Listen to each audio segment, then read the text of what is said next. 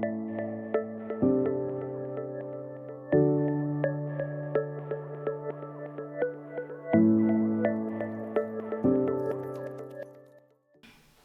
God. Sige po, ating pong pagbabasahin ang Galatians chapter 2, verses 4 to 5 lamang po ating pagbasa, ang ating reading.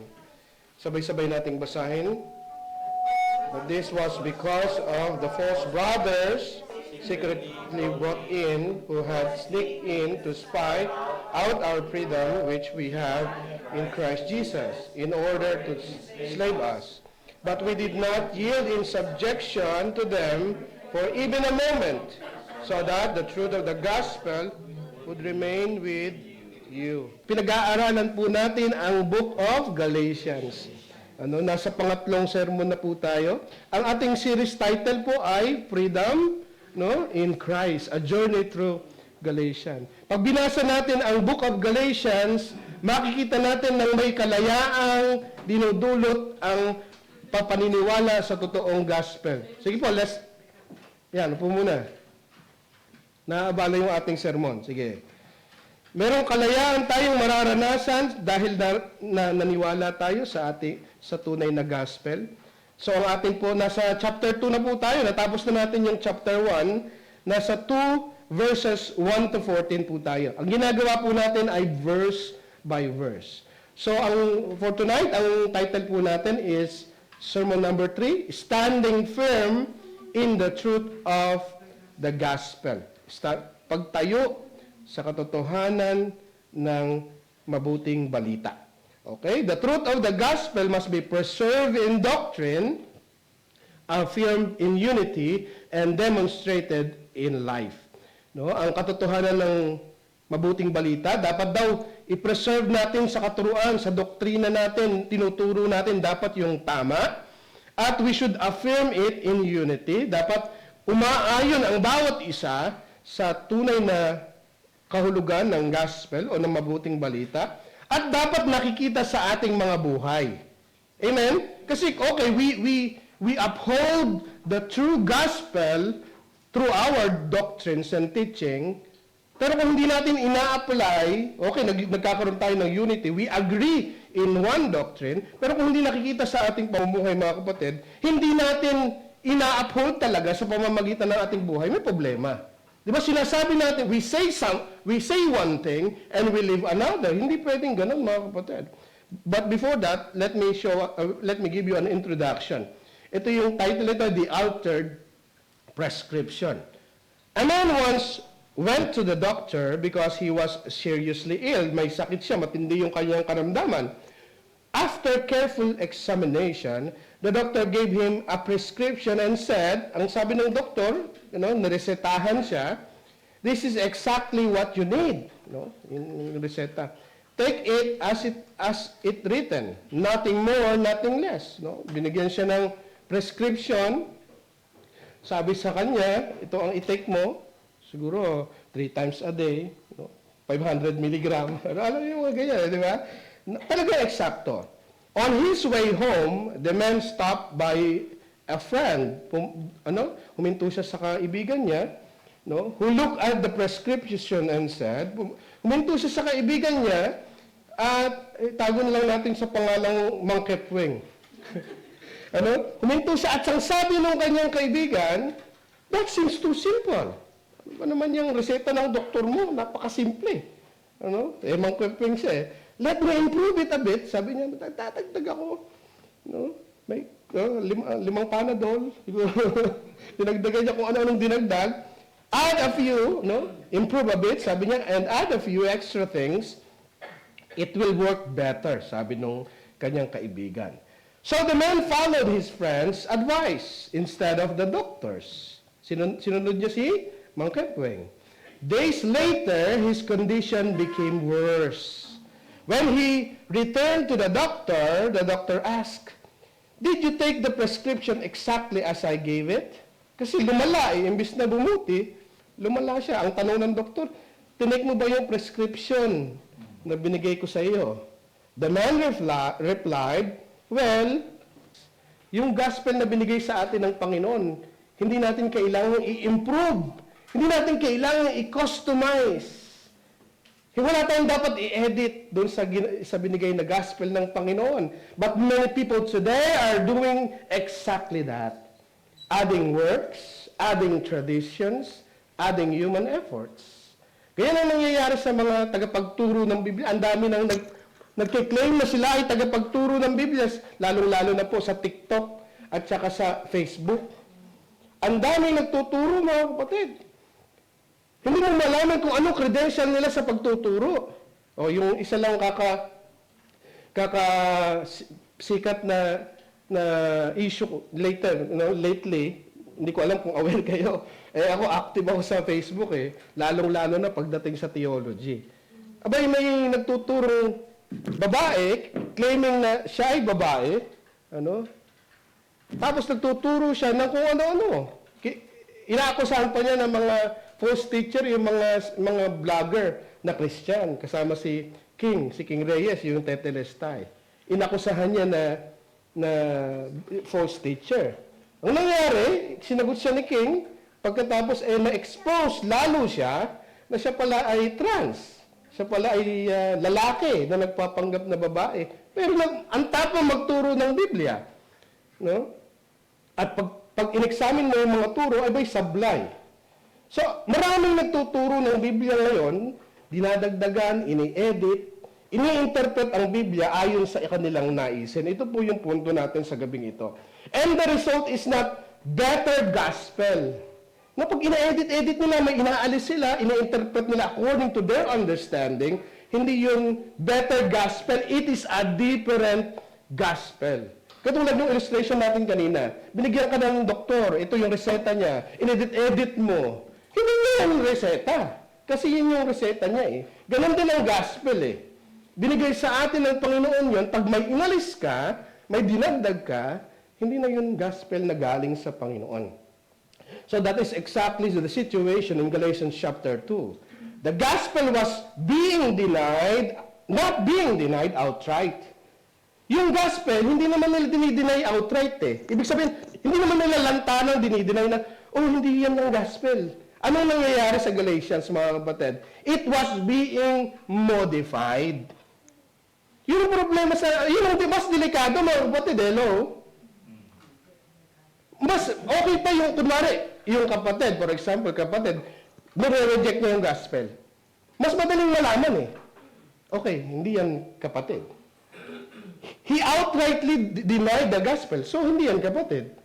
Madaling matukoy. Pero itong mga tao na ito, minomodify nila yung gospel. Dagdag bawas. So mas delikado. Kasi mas nakakapangloko, mga kapatid. Okay, and Paul shows us, when the gospel is altered, it must be confronted.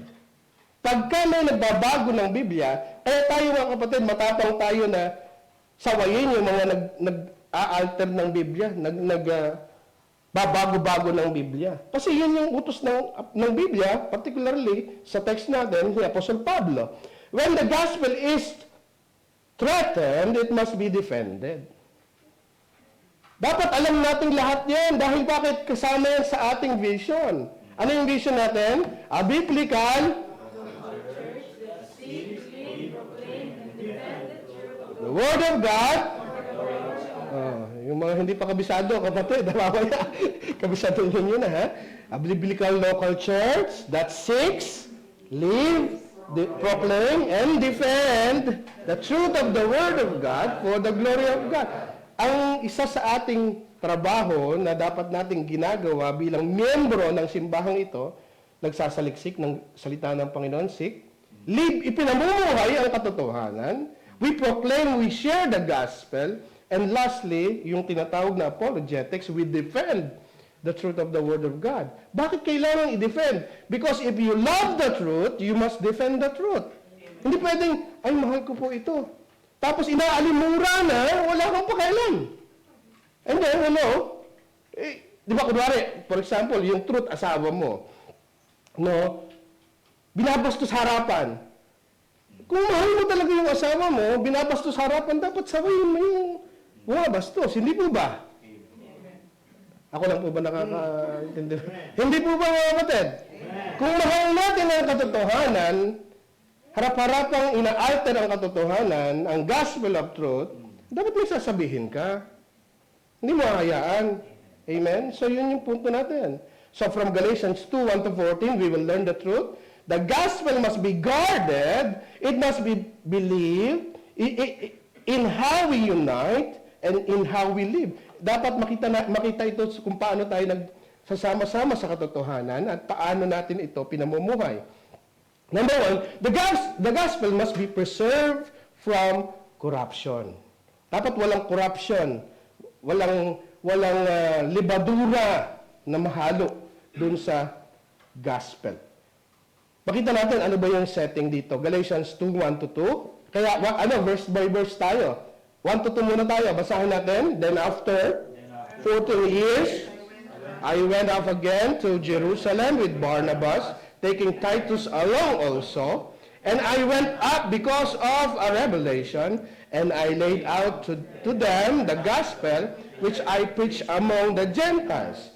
But I did so in private to those who were of reputation, lest somehow, running or had run in vain. Sabi ni Apostol Pablo dito, then after 14 years, I went up again to Jerusalem. In Galatians 1:18 to 19, Paul described a trip he made to Jerusalem 3 years after he encountered Jesus to his way to Damascus. Sa chapter 1, pinakita niya, kinuwento niya yung pangyayari niya sa buhay niya na napunta siya roon, sa Jerusalem. Kinuwento niya yung trip niya, 3 years after niya ma-convert. Pero ito, kinikwento niya dito sa chapter 2, 14 years. No? Yung event na ito, nung sinulat niya, 14 years, sabi niya dito, basahin natin, then after 14 years, I went up again to Jerusalem.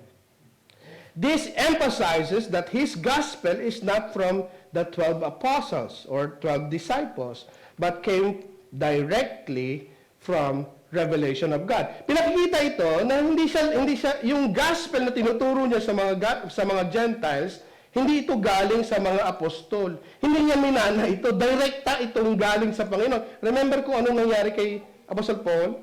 On his way to Damascus, papatayin niya, ipe-persecute niya yung church, on his road to Damascus, anong nangyari sa kanya? Nagpakita ang Panginoong Hesukristo sa kanya.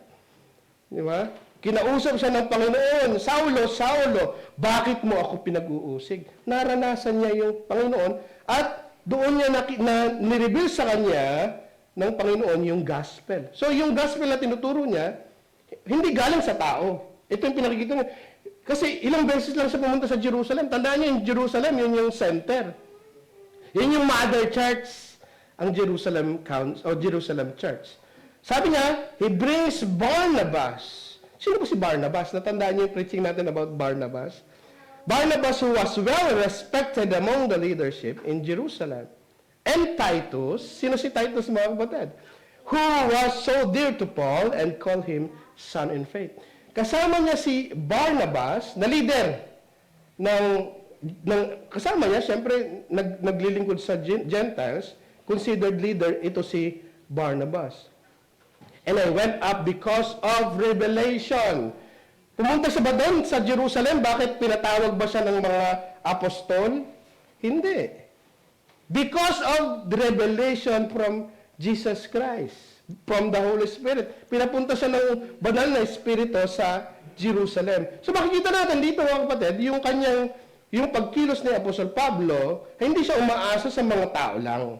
Direkta kasing apostol tong mga ito eh. May direktang message galing sa Panginoon. They are the one who founded the church. No? I laid out to them the gospel, which I preached among the Gentiles, but I did so in private to those who were of reputation. He presented the gospel to the Jerusalem Council. Ano ba yung Jerusalem Council? Tandaan niyo, pumunta siya sa Jerusalem, ha? Ano ba yung Jerusalem Council? This council is council of leaders and apostles in Jerusalem. He presented the gospel he received from Jesus that a man can be saved by grace alone, through faith alone, in Christ alone. So, makikita natin, nung pumunta sa Jerusalem, 14 years after ng conversion ni ni Apostol Pablo, nakipag-usap siya, nakipagkita siya sa mga council. Ibig sabihin ng council, yung leaders, elders, apostles, at isinere niya yung gospel na tinuturo na niya sa Gentiles. Para saan? Para makita nila, malaman ba niya? Alam naman ni Apostol Pablo, totoo yung gospel na tinuturo niya. Galing mismo kay Lord yun eh.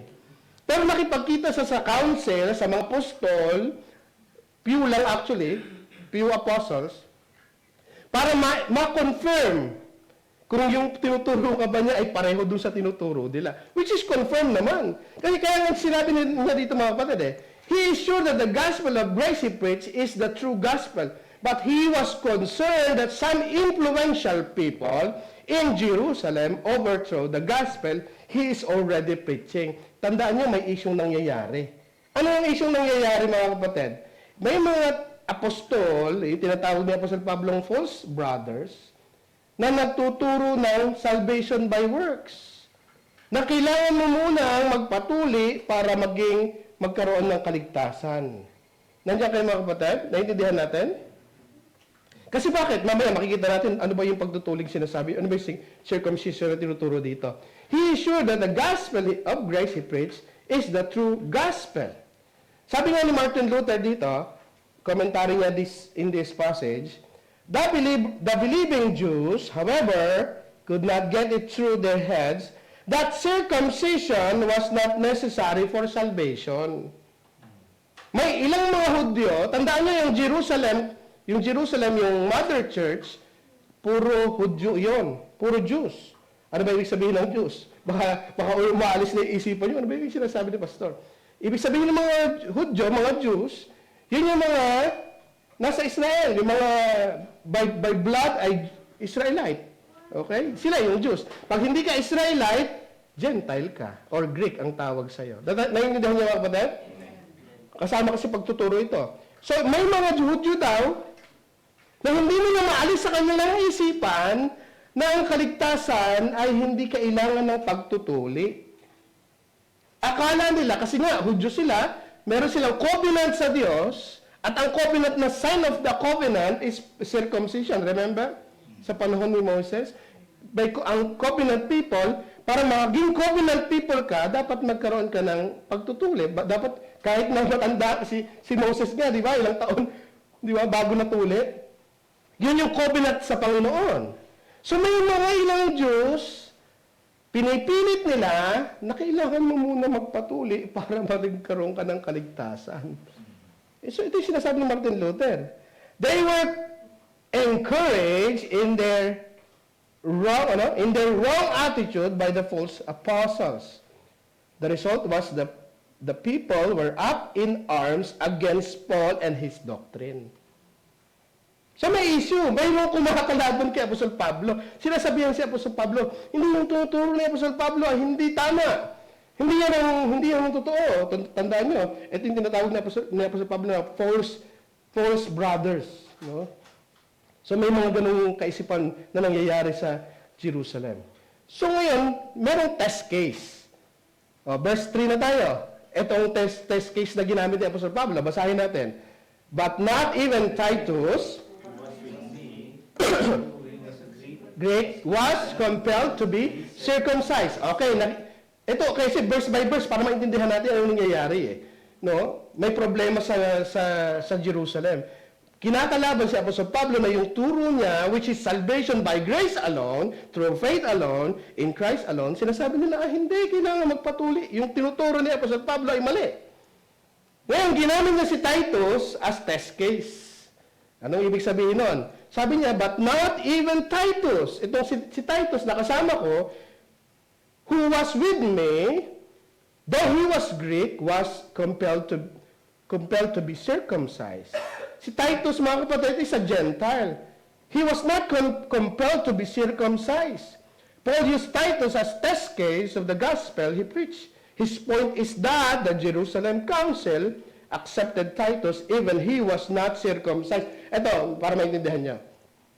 Ginamit niya si Titus. Itong si Titus nga hindi naman Hudyo. Hindi naman isang Greek. Tinanggap ninyo kahit hindi siya tuli. Ginamit niya yun, mga kapatid, na test case. Itong si Titus na kasama ko, na isang Hintil, isang Griego, hindi naman siya tuli. Ano yung hindi tuli sa Pilipino? Ano? Hindi siya tuli, pero tinanggap ninyo. Ibig sabihin, tanggap ninyo, mga Jerusalem Council, na ang kaligtasan ay hindi sa pamamagitan ng pagtutuli. Napakasimple eh, mga kapatid. Ito nga tinanggap ninyo eh. Bakit nyo may issue? Nakikita niyo, ito mga kapatid. Kaya nga, nahirapan ako intindihin itong text na ito eh. Pero mas maganda na nga, sabi ko nga sa post ko eh, mas maganda na nag-struggle ako intindihin, kaysa mag-struggle ako ipaliwanag. Di ba? Mag-struggle muna ako, mag-isa ko. Ano maintindihan ko, ano ba ibig sabihin nito? For those who do not know the significance of circumcision, circumcision or cutting of the foreskin is a sign of the Jewish people of the covenant that they made with God. Ito yung sinabi ko kanina eh. This is required by the Mosaic law.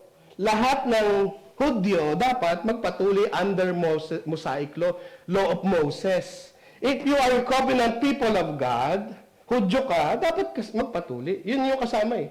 Ano? Yun yung ibig sabihin ng pagtutuli dito. Sabi ni Martin Luther, Paul did not condemn circumcision as if it were sin to receive it. Hindi naman yung sinasabing, kasalanan na magpatuli. Hindi niya sinasabing ganon. Ang sinasabi ni Apostle Pablo, but he insisted and the conference upheld him that circumcision had no bearing upon salvation. Ibig sabihin, hindi naman okay magpatuli. Kaya mga Pilipino nagpapatuli, wala namang problema. Hindi yan kasalanan. Oh, amen? Oh, yung mga lalaki, tuloy naman. Sorry, pero ito yung ating topic. Talagang pagtutuli ito. Hindi kasalanan ang tuli o hindi tuli. Hindi yun ang problema. Ang problema, i-relate mo ito sa salvation. Yun yung problema. Kasi sinabi niya, test case niya si Titus eh. Ito si Titus, hindi naman tuli. No, sapot ito si Titus. Pero bakit niya tinanggap? Sinabi niya, siya ay kapatid. Siya ay ligtas. Pero ngayon may issue. Bakit may issue? Babakikita niyo mamaya bakit nagkaroon ng issue kay Titus. Ito na yung threat. Verse number 4. But this was because of the false brothers. Ayun na pumasok yung problema. Wala namang problema si Titus sa inyo. Pero bakit nung pumasok itong mga false brothers, yung mga apostol na nagpupumilit na kailangang magpatuli, no? But this was because of the false brothers secretly brought in, who had sneaked in to spy out our freedom, which we have in Christ Jesus. In order to what? Para alipinin tayo. Kaya nga yung ating title, Freedom in Christ. Wala na tayo sa anumang kautusan eh. Para hindi yan ang magliligtas sa atin. Sabi niyan, but this was because of the false brothers. Titus in circumcision became an issue only because of the Judaizers the circumcision party. Ito na yung, di ba, tinest case niya si Titus. Wala namang problema, sabi niya sa Pablo, wala namang problema eh. Tapos pumasok itong verse 3. Verse 4, sorry. But this was because, nagkaroon lang ng issue because of the false brothers. Anong turo ng mga false brothers? Kailangan magpatuli upang magkaroon ng kaligtasan. Naintindihan niyo ba yung issue, mga kapatid? False brothers secretly infiltrating. Take note that Paul called them false brothers because believing in a half gospel will not save a person. Kapag mali ang gospel na tinanggap mo, naniniwala ka sa false gospel, it will not save you. You are a false brother. Andiyan ba kayo, mga kapatid? Kaya delikado. Kaya tayo, mga kapatid, ang ginagawa natin kapag may nagtuturo ng false gospel, kinukorek natin. Kasi delikado kapag tinanggap ng mga kapatid yon, ng mga tao sa Facebook, social media, pag tinanggap nila yung false gospel na yan, it will not save them. Hindi sila maliligtas. Half gospel eh. Biruin mo, kailangan mo magpatuli para ikaw ay maligtas. Kailangan mo bumalik para sundin ang Mosaic law, maging covenant people of God from Old Testament para lang ikaw ay maligtas. Mali yun eh. They are like churches, no? They are like secret agent. Kaya nga ang word na ginamit ni Apostol Pablo, spy eh. Bakit spy? Kasi ang spy, mga kapatid, they are among us, but not of us. Kasama natin, pero hindi natin talaga kabilang. Hindi natin talaga hindi natin kadugo. Ganyan ang mga spy eh. Kaya ginamit ako sa Pablo spy eh. Akala mo, kapatid. Oh, itsurang Kristiyano. Di ba? Magsalita, praise the Lord. Ganyan yung spy eh, di ba? They look the same. Parang Kristiyano.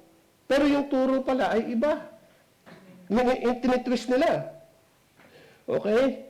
They are like secret agent who bring destructive heresy inside the church. The danger in the churches in Galatia is not external but internal. Hindi atake sa labas eh, yung problema, kundi sa loob. Mga espiya ang tawag ni Apostol Pablo. Their goal is to spy in freedom and bring believers into bondage.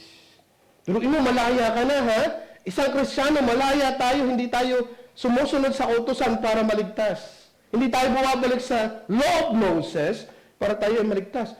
Tapos, may mga magtuturo na, hindi, kailangan gawin mo ito, kailangan magpabautismo ka, kailangan mo sumunod sa utos ni ganito para ikaw ay magkaroon ng kaligtasan. Bay, malaya ka na nga eh. Iniligtas ka ng Panginoon. Dahil sa biyaya niya, hindi dahil sa mabubuti mong gawa. Tapos babalik ka sa work-based salvation. Nandiyan mga kapatid. Yung iba tinatakot eh, di ba? Okay, naligtas tayo sa pamamagitan ng biyaya ng Diyos, sa pamamagitan ng pananampalataya sa Panginoong Hesukristo. Tapos bumabalik sa work-based salvation eh. Oh, kapag hindi mo ginawa ito, matakot kayo. Nandiyan kayo mga kapatid? Nananakot eh. Ay, matakot kayo pag hindi nyo pag hindi kayo nag-tithes, kayo ay mapapunta sa impyerno. O, di ba? Mga ganun eh, mga pananakot eh. Work-based salvation yun. Eh, andyan pa ba kayo? Pag hindi kayo nagsimba, mawawala ang iyong salvation. O, work-based salvation yun eh. Nung umaasa ka sa mga gawa mo para ikaw ay maligtas, maling katuruan, mga kapatid. Ang ating pananampalataya, no, tayo ay naligtas sa biyaya ng Diyos, hindi natin pinaghirapan ang bagay na yon. Tayo ay tumanggap sa Panginoon sa pamamagitan ng pananampalataya, kaya tayo ay naligtas. Salvation is by grace alone, through faith alone, in Christ alone. It is not work-based salvation. So kaya, false brothers nagtuturo ng mali. So ito na yung depensa ni Apostol Pablo, verse 5. Sabi dito, basahin natin, but we did not yield in subjection to them for even a moment, so that the truth of the gospel would remain in you. Hindi kami bumigay, sabi ni Apostol Pablo, hindi kami bumigay sa mga turo ng mga yan. Sabi mo sa atin mo, huwag kang bibigay. Ayan. Huwag kang bibitaw. Huwag kang bibitaw. Huwag kang bibitaw, mga kapatid. Pag may napapanood tayong mga maling katuruan, huwag tayong bibigay. Sabi na po sa Pablo, ang ganda eh, we did not yield in subjection to them for even a moment. Kahit isang saglit. Hindi kami nagpatinag sa mga maling turo ng mga yan. Sabi na po sa Pablo. Dapat huwag tayo nagpapatinag. No compromise even for a moment. When we hear any false gospel, we should stand against it. We would not give in even for a moment. Dapat hindi tayo bibigay. Kahit saglit. So that the truth of the gospel would remain in you. Anong purpose? For example, ang pastor, ang isang leader, hindi bumibigay sa mga maling turo. Anong purpose? Ito mga kapatid. So that the truth of the gospel would remain in you. Doon yung mga tao sa paligid natin na nakikinig sa atin, umaasa sa atin, nakatingin sa atin, hindi sila madala rin. Mga kapatid. We must defend the gospel not just for our sake, but also for the sake of others. If we will give in to the false gospel, we compromise not just ourselves, but especially those who follow us. We will see this later in later verses. Makikita natin kung paano naapektuhan yung ibang tao dahil bumigay. Yung mga leaders mismo. Makikita niyo yung example. No? So, ang principle dito, the gospel must not be altered, added to, or compromised. Hindi dapat binabago ang gospel. No? Anong application natin? We must reject the adulterated gospel. Pag nakakapakinig tayo ng gospel na adulterated, ibig sabihin ay inalimura, parang gospel na ni-rape, pinagsamantalang gospel. Pag nakapakinig tayo ng gospel lang, pag sinabi ng isang preacher, kailangan yung gawin ito upang kayo ay maligtas, o kayong mga ligtas na, dapat kayong manatili na ligtas upang gawin itong mga bagay na ito. Pag nakapakinig kayo din mga kapatid, reject. Sabihin mo sa katabi mo, reject. Ayan, reject natin yan. We must guard doctrinal purity. We must defend the one through the gospel of grace. That we are saved by grace alone, through faith alone, in Christ alone. Yung dapat i-uphold natin. Okay, number 1 natin is what? The gospel must be preserved from corruption. Pangalawa, the gospel must be affirmed in unity. Okay, meron tayong tunay na gospel. In-uphold natin. Ginard natin yung gospel na ito. Ngayon, dapat lahat tayo nag-a-agree. Lahat tayo may unity na tumindig sa katotohanan na yon. Ito yung validation ng gospel ni Paul. Galatians chapter 2 verse 6 na tayo. But from those who were of high reputation, what they were make no difference to me. God shows no partiality. Well, those who were of reputation contributed nothing to me. Ano ibig sabihin ng Apostle Pablo dito? They added nothing to me. Sabi ng Apostle Pablo, no? Leaders add nothing to Paul. It means these leaders did not make him more credible because both his calling and his message came directly from God. No? Kaya sinabi ko, may reputation itong mga apostol na ito eh. Okay. Hindi naman yung dinidisrespect. Mamaya makikita natin, nire-respeto yung niya eh. Pero, alam ni Apostol Pablo kung sino siya. Alam niya na yung message niya at yung calling niya ay directly galing sa Diyos. Kaya sabi niya, itong mga may reputation na ito, they added nothing to me. Hindi naman yung nakadagdag sa akin eh. Hindi rin nakabawas yung mga yan sa akin. They affirm, yes, yung gospel na pinanghahawakan ko. Verse 7. Ito na yung nirecognize si Pablo. Yung turo ni Pablo, nirecognize nila. Yung calling ni Pablo, nirecognize ng mga apostol. Verse 7 na.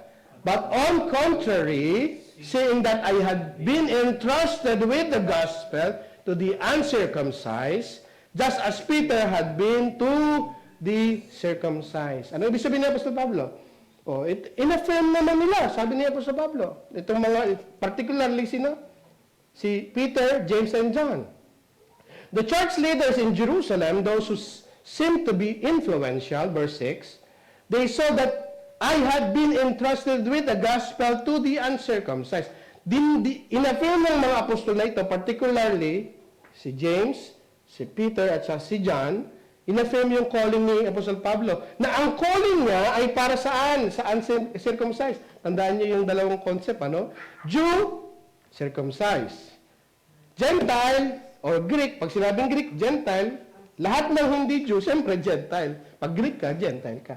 They are the uncircumcised. So, in-affirm ng mga apostol na ito, si Peter, James, and John, na ako, sabi ni Apostol Pablo, na ako'y tinawag ng Diyos para sa mga hintil. Yun yung ibig sabihin ni Apostol Pablo. That my calling is for the uncircumcised. James, the brother of Jesus, Cephas, known as Peter, and John accepted his calling to the Gentiles. They recognize his divine calling.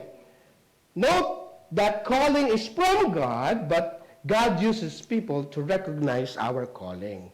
Okay, galing sa Diyos ang calling natin eh. Hindi naman tao ang tumatawag sa atin eh. Pero gumagamit siya ng mga tao para i-affirm, i-confirm ang ating mga calling. Kaya hindi pwedeng sasabihin na maraming sa Facebook, okay, tinawag ng Panginoon para magpastor. Sino ang nag-ordain sa'yo? Sino ang nag-affirm ng calling mo? Mag-isa lang ako. Hindi pwede walang ganon. Di ba yung in-example ko nga kanina eh. Ang sabi ni Brother King sa kanya, dun sa babae o lalaki na nag-pray, sabi niya, sino mentor mo? Sino, ano mo? O kaya concept ng church? Si Lord. Sabi niya, sino mentor mo? Sabi ni Brother King, si Lord. Eh dapat accountable tayo sa fellowship. May church tayo, may nagtuturo sa ating pastor, mayroon tayong community na accountable tayo. Hindi, si Lord lang. Si Lord ang authority ko. Sabi niya, delikado yun. Yes, ang calling natin galing sa Diyos, pero ginagamit ng Panginoon yung mga tao, church, institution, para i-affirm, i-correct, magkaroon tayo ng accountability. Mga kapatid, delikado yung mga... Si Kibuloy, ganun ang claim niya eh. Tinawag siya ng Panginoon, di ba? Nangusap sa kanya directly ang Panginoon. Nag-fasting siya, tapos nag-speak daw ang Panginoon sa kanya. Okay? Siya na ngayon yung the Son of God. No, kaya nang pahintuin ng lindol, kaya nang delikado eh. 'Di ba? Kaya nang pahintuin ng EDSA, ang traffic sa EDSA. 'Di ba? James and Cephas, Peter is the front runner of the gospel to the Jews, while Paul is the front runner of the gospel to the Gentiles. Yun yung concept na sinasabi ni Apostol Pablo dito. In-affirm ng mga apostol nito na si Pedro ay apostol, leader, front runner ng mga Hudyo. Ako naman, front runner o leader ng mga nagmi-ministry sa Intel. James and Cephas and John, sabi niya dito, pillar. So dito na pumapasok yung sinasabi ko sa inyo mga kapatid, nire-respeto niya yung mga leaders. Paul, basahin natin, sabi niyan, verse 9, nandyan ba? Paul know who he is and from whom he's calling and message from, but the respect to these apostles are still there. Nirespeto niya. Sabi nga niya, pillar eh. Okay, verse 8 na tayo. Verse 8. Ito na yung unity of mission. For he who worked in Peter unto his apostleship to the circumcised, work in me also unto Gentiles. Meron ng unity in mission. We might have different scope of ministry, but our message and mission, is the same. Same gospel, different audiences. Kaya yung iba-ibang mga simbahan, mga kapatid, lalong lang yung mga tinatawag nating evangelical church, huwag natin ituturing na iba sila. Isa tayo ng pinananampalatayanan. Kung sila ay nananampalataya, salvation is by grace alone, through faith alone, in Christ alone, kapatid natin sa Panginoon yun.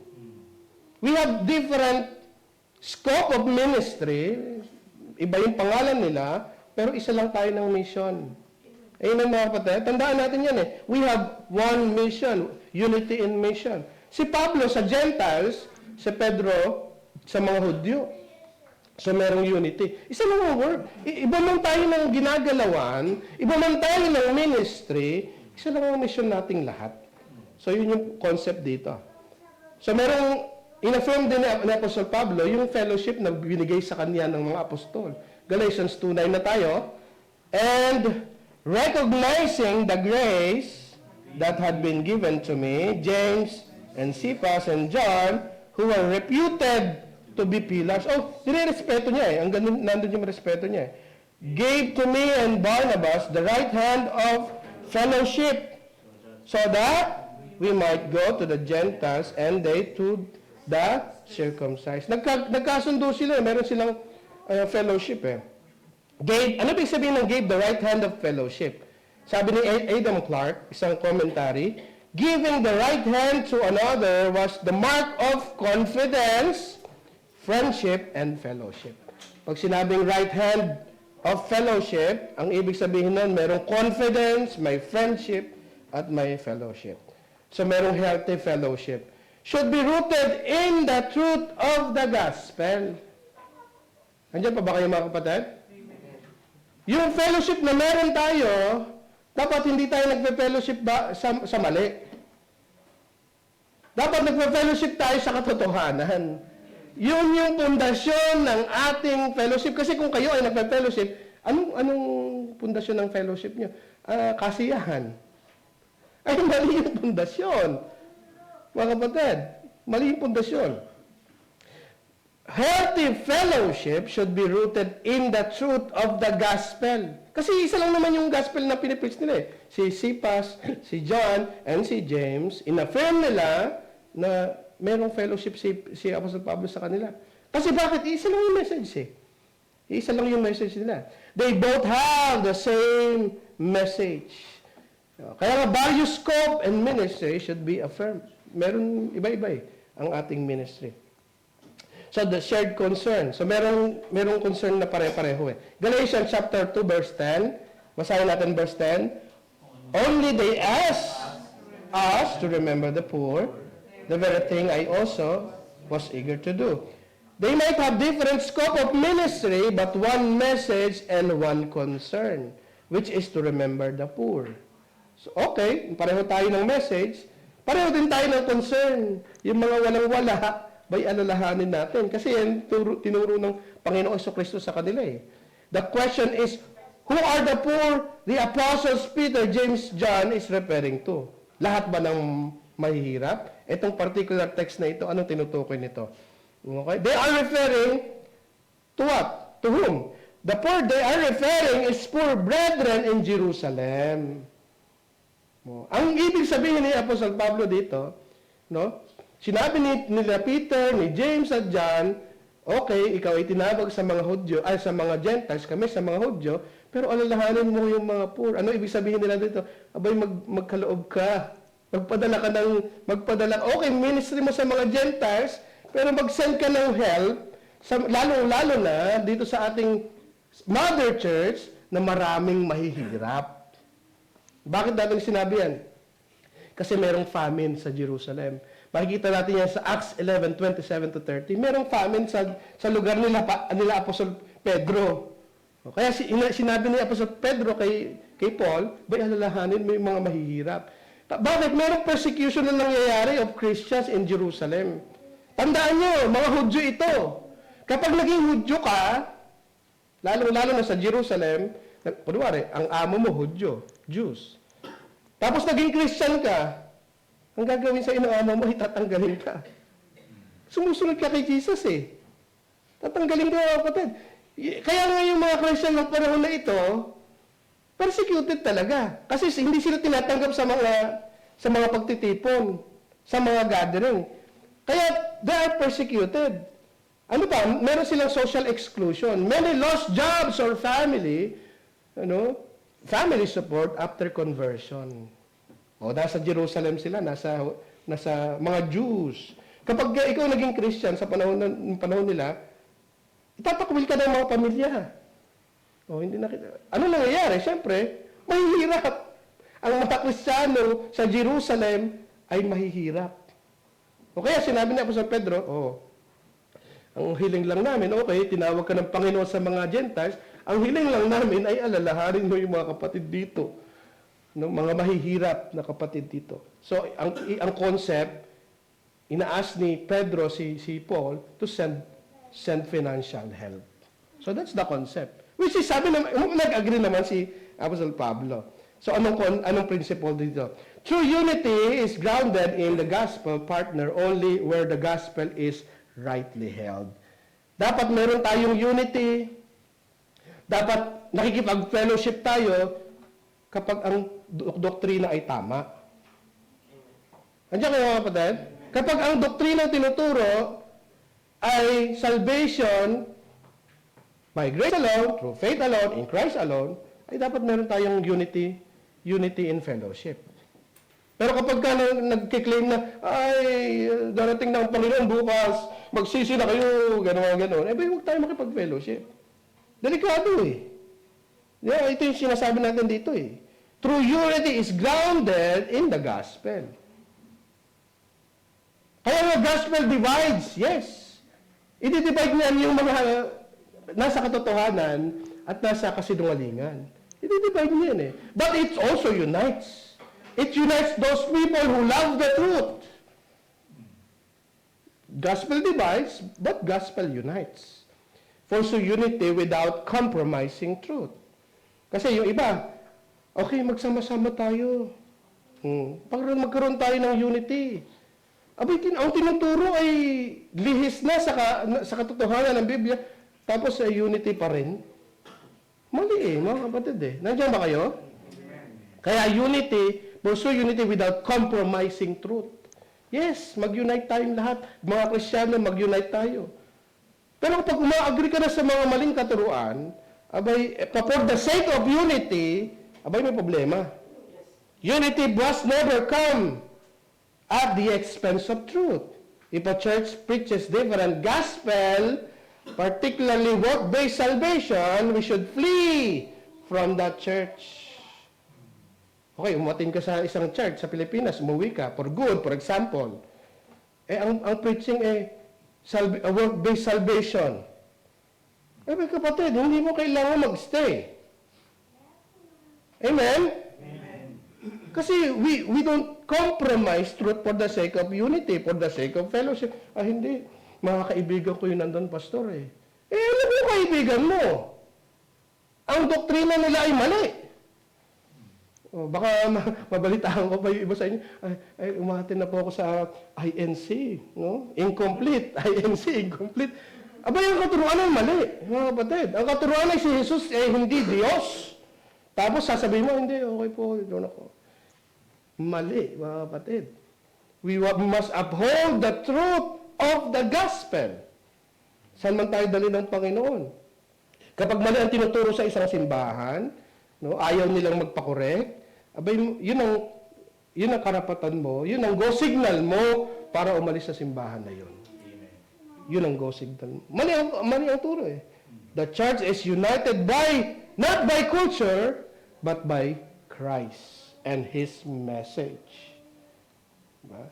Yun ang tunay na unity. And lastly, pangatlong punto, at huli na, the gospel must be demonstrated in conduct. Okay, in-uphold mo yung truth of the gospel. May unity sa truth of the gospel. Panghuli, dapat nakikita sa buhay. Basahin natin. Ito na yung confrontation. Excuse me. Verse 11. Ito na yung kontrobersya. Ito na yung kontrobersya, mga kapatid. Verse 11, but when Cephas came to Antioch, I opposed him to his face because he stood condemned. Ito na, nagkaanuhan na. Nagkabanggaan na yung leader ng Jews at ang leader ng Gentiles. Meron kontrobersya. Bakit kaya? Sabi ni Apostol Pablo, but when Cephas, si Cephas, tandaan nyo, Cephas, yun yung talagang pangalan niya. Binago lang ng Panginoon, ginawang Petros. Ibig sabihin ay rock. When Peter came to Antioch, Jerusalem is the mother church, which predominantly Jewish, while Antioch is a satellite church, which mostly made up of Gentiles. Ito, tignan niyo yung situation, Jerusalem, Jews, puro Jews. 90% or 100% Jews. Mga Hudyo. Yung Antioch Satellite Church, yun yung mission church ni Apostol Pablo. Isa sa pinound niya. Yun yung hub. Yun yung doon ang gagaling yung sinesend ni Apostol Pablo sa ibang mga Asia Minor. Bumisita si Pedro. Tandaan nyo, galing sa Jerusalem, Hudyo. Bumisita sa satellite church sa Antioch. Puro ano sa Antioch? Puro Gentiles. Tandaan niyo yung concept, Hudyo, sumusunod sa kautosan ni Moses. Yung iba, gusto pa rin manatiling na sumusunod sa kautosan ni Moses. Yung mga Gentiles, wala namang kaalam-alam yun sa law of Moses. Because he stood condemned, sabi ni Apostol Pablo, but when Cephas came to Antioch, Jerusalem is the mother church, which predominant Jews, because he stood condemned, sabi ni Apostol Pablo. So, bakit? Paul opposes Peter publicly because he was clearly wrong in practice. Makikita niyo bakit wrong. Inano ha? Kinonfront ni Apostle Pablo in the face. Si Apostle Peter. Paul opposes Peter publicly because he was clearly wrong in practice. This does not mean Peter is not saved or eternally condemned. Kasi baka sabihin nyo, bakit kinonfronta? Hindi ba saved si Apostle Peter? Hindi ganun yun. This does not mean Peter is not saved, eternally condemned, but his actions was clearly wrong. Tama yung pananampalataya ni Peter. Salvation is by grace alone, through faith alone, in Christ alone. Pero yung action niya, maling-mali. Makikita natin kung bakit maling-mali. His faith is right, but his action was wrong. Anong principle natin dito? Public offense requires public correction. Public mo ginawa Harapan mo ginawa yung mali. Dapat public din ang correction. Bakit? For the sake of people na nakakita doon sa ginawa mo. Naintindihan ba natin? Kasi sinasabi ng iba, bakit pastor? Bakit ganun? Bakit pinablik yung kanyang kaso? Kasi public din yung ginawa. Alam ng lahat Okay kung sana ang iilan lang o isa, dalawa lang ang nakakaalam ng kanyang ginawa. Lahat alam yung ginawa niya. Doon dapat public correction. Yan din sa Facebook, nagtatanong yung iba, bakit niyo kinorek publicly? Publicly nga tinuro Di ba kayo ako din? Katulad ni Ed Lapis. Few years ago. Kinorek ko publicly. Binlock ko ako ni Ed Lapis binlock na ako. Kinorek ko publicly. Ang turo niya, si Yahweh at saka si Elion, magkaiba. Si Yahweh, masamang Diyos. Si Elion, ayun ang tunay na Diyos. Heresy yun. Publicly ko kinall out. Maraming nag-post, nag-react. Binulak ako. Tapos may nagsasabi sa akin, Pastor, bakit nyo kinorek publicly? Dapat sinabihan nyo na lang. Public niya tinuro YouTube, sa Facebook, publicly niya tinuro Marami nang nag-amen Kaya public wrong must be publicly corrected, di ba? Public offense requires public correction. So nakita natin dito yung inconsistent. Bakit pinablik ni Pablo na i-correct si Peter? Verse 12, basahin natin. For prior, ito na yung dahilan, bakit kinonfront in the face? For prior to the coming of certain men from James, he used to eat with the Gentiles. But when they came, he began to shrink back and separate himself, fearing the party of circumcision. Sino yung party of circumcision? Naintindihan niyo ba? Yung mga apostol, yung mga influential people from Jerusalem, na nagtuturo na salvation is by circumcision. Kailangan mo patuloy para ikaw ay maligtas. Ano daw nangyari mga kapatid? Noong una naman, okay ka Peter Nakikihalubilo ka sa mga Gentiles. Tandaan nyo, nasa Antioch si Peter, bumisita galing sa Jerusalem. Nasa Antioch siya. Nakikihalubilo siya. Kumakain sila. Nung nakita niya na yung mga paparating na galing sa group ni James, mga apostol, si James, apostol baka mag-report itong mga ito na galing sa Jerusalem, mag-report back doon sa mga influential people, yung tinatawag na sa Pablo na circumcision party, natakot si Pedro. Anong nangyari? Humiwalay sa mga Gentiles. Ayoko dyan. Baka hindi ako kasama yung mga yan. Hindi ako kilala yan. Sablay. Alam mo na mga ligtas ito, alam mo tumanggap sa Panginoon, accepted mo sila, pero nung dumating na yung mga alipores, yung mga magre-report, pwedeng mag-report sa mga circumcision party, ikaw ay nag-shrink back. Not that Peter appeared post calling and gospel when he came to Jerusalem. But when Peter came to Antioch, he withdraws from Gentiles who are uncircumcised. Tandaan nyo, yung kwento, pumunta siya sa Jerusalem, sabi ni Pedro, James, and John, yung gospel mo tama. Okay, may calling ka sa mga Gentiles. Inappeal na nila Pero nung pumunta si Pedro, doon sa Antioch, anong nangyari? Nag-shrink back tong si Pedro. In addition, probably, excuse me, probably these Gentiles are eating non-kosher. Ito naman, commentary lang. Isa pang dahilan, probably, na umalis, bakit? Kasi tandaan nyo, kumakain sila yung tinatawag nilang agape fellowship, agape feast. Ito yung practice ng mga New Testament believers. Magkakainan sila. Especially during Passover. Magkakainan yan. Feast yan.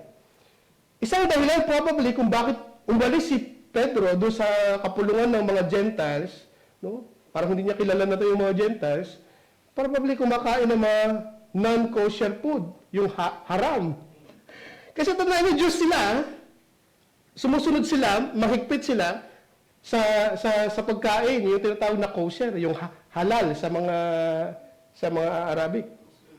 Ito mga Gentiles, siguro kumakain ng mga bacon, yobabs. No, kumakain ng yobabs ito mga ito. Okay naman nung una, okay naman, nakikikain siya. Siguro mga inihaw na baboy, mga Betamax, siguro. Basta non-kosher. Tapos lobster, bawal na bawal yan sa mga Hudyo eh. Mga lobster, yung mga hipon, mga walang kaliskis, ayan, yung mga tuna, bawal sa kanila yan eh. Nakalista sa Mosaic diet. Nung dumating yung mga grupo ni James, yung mga galing sa Jerusalem, hindi ako kumakain ng yobabs. Kunwari hindi siya kumakain ng yobabs, umalis siya sa mga Gentiles. Doon nagalit si Apostle Paul. Anong background na? Christians from early church often eat together, especially during Passover. They call it agape feast. Ito nabanggit ko na to. He was eating together with the Gentiles without problem. But when certain men from James, meaning a group of Jewish Christian under the leadership of James, kasi iba't ibang church yun sa Jerusalem may church din si James. Nung dumating sila, kasi kasama sila sa embassy, bumisita sa Antioch Anong nangyari? From James, meaning the group of Jewish Christians under the leadership of James, who are included in the members of the embassy, who visited the Antioch, he separated himself from them. Nakakita siya naman, may magsusumbong, naku, hindi ako kasama. Hindi ako nakikikain dyan mga yan. Nakita mo yung hypocrisy? No? This member of James is distinct to the circumcision party, but they may report back to the influential circumcision party in Jerusalem. He was motivated by fear of the influential circumcision party from Jerusalem. Influential people yung mga yun Yung mga nagtuturo na kailangan mo muna magpatuli. Kaya nga ang tawag na si Pablo, circumcision party. Yung mga false brothers. Influential sila. Mga kapatid. So, hindi, okay naman. Naniniwala naman siya na hindi nakapagliligtas si Pedro. Naniniwala siya na hindi nakapagliligtas yung pagtutuli. Pero nung dumating yung mga yun, hiniwalay niya yung sarili niya dito sa mga ito. Parang tinuring niya yung mga hindi ligtas. Sino ka na, hindi ka naman magagalit, no? Kapatid, di ba? Pare-pareho kayo ligtas by the grace of God, through faith alone, in Christ alone. Tapos dahil lamang may magsusumbong, tinuring mo namang hindi ligtas. Hindi ko kilala itong mga ito. Dito ako sa kabilang table. Kapatid. Verse 13, ano nangyari? And the rest of the Jews join him in... Ayun ang problema. Bakit niya kinonfront in face? Ginawa niya po sa Pedro yon, humiwalay siya sa mga Gentiles, tinuring niya ng mga hindi ligtas, dahil lamang magre-report itong mga party ni James. Ano nangyari? Naka-impluensya pa siya. Basahin natin ulit. Joined him in hypocrisy. Kasi tandaan niyo, leader siya Leader siya ng Jerusalem Church. Apostle of the apostle siya di kung ano yung gawin mo, dahil leader ka, apostol ka ng mga apostol, for example, sasabihin na natin, pinaka-bishop. Pinaka-bishop ka, tapos ginawa mo yun. Anong nangyari? The rest of the Jews. Tandaan niyo, grupo silang bumisita sa Antioch. Ginawa niya Apostle Pedro yun. Nakita niya, andyan yun yung mga grupo ni James, yung mga sa church ni James. Baka mag-report yan doon sa mga circumcision party, mga influential pa naman yun. Ang ginawa niya, humiwalay siya sa mga Gentiles, tinuring ng mga hindi Kristiyano. Anong nangyari? Lahat ng grupo niya sumunod sa kanya. Pero yun ang ginawa ni Pedro. Basahin natin. With the result that even Barnabas was carried away by their hypocrisy. Biruin mo, pati yung kasama ko, assistant pastor ko, dinamay mo pa. Assistant pastor niya si Titus, saka si Barnabas. Tandaan niyo, bumisita si Barnabas, si Paul, si Barnabas, at saka si Titus sa Jerusalem. Natatandaan niyo? Tapos nung bumunta si Pedro sa Antioch, pati yung assistant pastor niya, abay dinamay na-influensya ni Pedro. Tandaan niyo, kasi nga mataas si Pedro eh. Di ba? Nasa tayo. Result that even Barnabas was carried away by their hypocrisy. Others join in hypocrisy. This is the reason why public correction is necessary. If offense is public. There is a danger of influencing others. Bakit pinapublic niyo yung correction? Kasi yun nakaka-influensya. Yan ang concept, mga kapatid. Nakaka-influensya. Alright? Nasaan na tayo? Hypocrisy with the result of if offense is public. There is a danger of influencing others. Remember that Peter is not teaching a false teaching. Hindi naman nagtuturo ng false teaching si Pedro eh. Kasi kung false teaching yun, di siya kinondemn na din siya. Hindi eh. Ang problema kay Pedro, but his actions are not aligned with what he believes. Hindi naman nagtuturo ng mali eh. Pero yung hindi niya pinaninindigan yung alam niyang tama. Ligtas din yun ah. Yung mga Gentiles na yun ah. Hindi yung tuloy, pero ligtas yun ah. But parang tinuring mo hindi ligtas. Nasaan yung pinaniniwalaan mo salvation by grace alone, through faith alone, in Christ alone? Okay yung doctrine mo, pero yung action mo hindi tama. Yun yung problema, mga kapatid. No? Hence, Paul calls this action hypocrisy. Iba yung pananampalataya mo, iba yung ginagawa mo. Yun yung kaya niya tawag doon, hypocrisy. Even Barnabas, who was in his group as his companion, i.e. assistant pastor, is led astray. Nadamay eh. The word hypocrisy, anong sabi ng hypocrisy in the original language of the New Testament means one who puts on a mask. Bakit niya tinawag ni Apostol Pablo si Pedro na hypocrisy yung action? Bakit? Kasi iba yung pananampalataya mo, pero gumamit ka ng maskara eh. Di ba? Para lamang takot ka dun sa mga tao. Okay. Ito na yung rebuke. Huli nito mga kapatid. Verse 14 na. Hanggang 14 lang tayo eh. Pasa.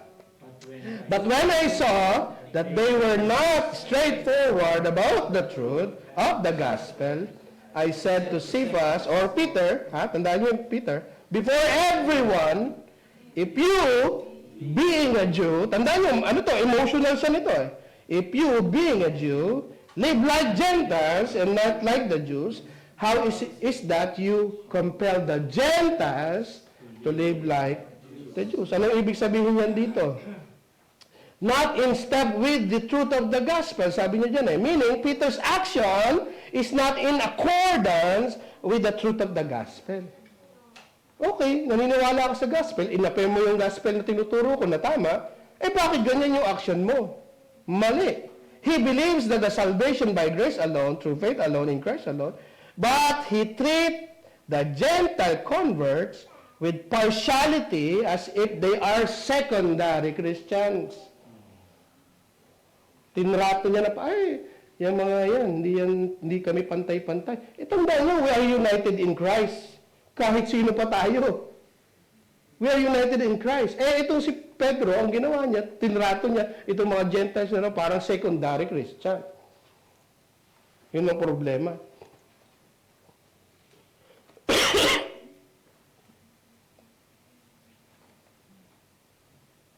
Galatians 3:28, sabi rito, there is neither Jew nor Greek. Wala na eh. Wala nang Greek, wala nang Jew.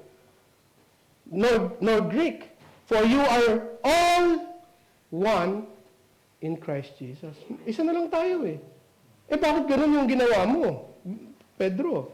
Remember our lesson about despising the church? Sino naka-attend ng despising the church? Si Sister Danny, siya nagturo eh. Despising, napaganda po ng lesson natin sa Bible study, despising the church. Remember our lesson, despising the church? We sadly despise the church if we live a life contrary to the gospel. Okay, naniniwala tayo sa gospel. Pero kapag namumuhay tayo contrary to what we believe, tinatrato natin yung iba na hindi, kunwari, ibang Christian, lower Christian, ay hindi natin pinamumuhay yung, we despise the church. Because we oppose our belief with our lives. Excuse me.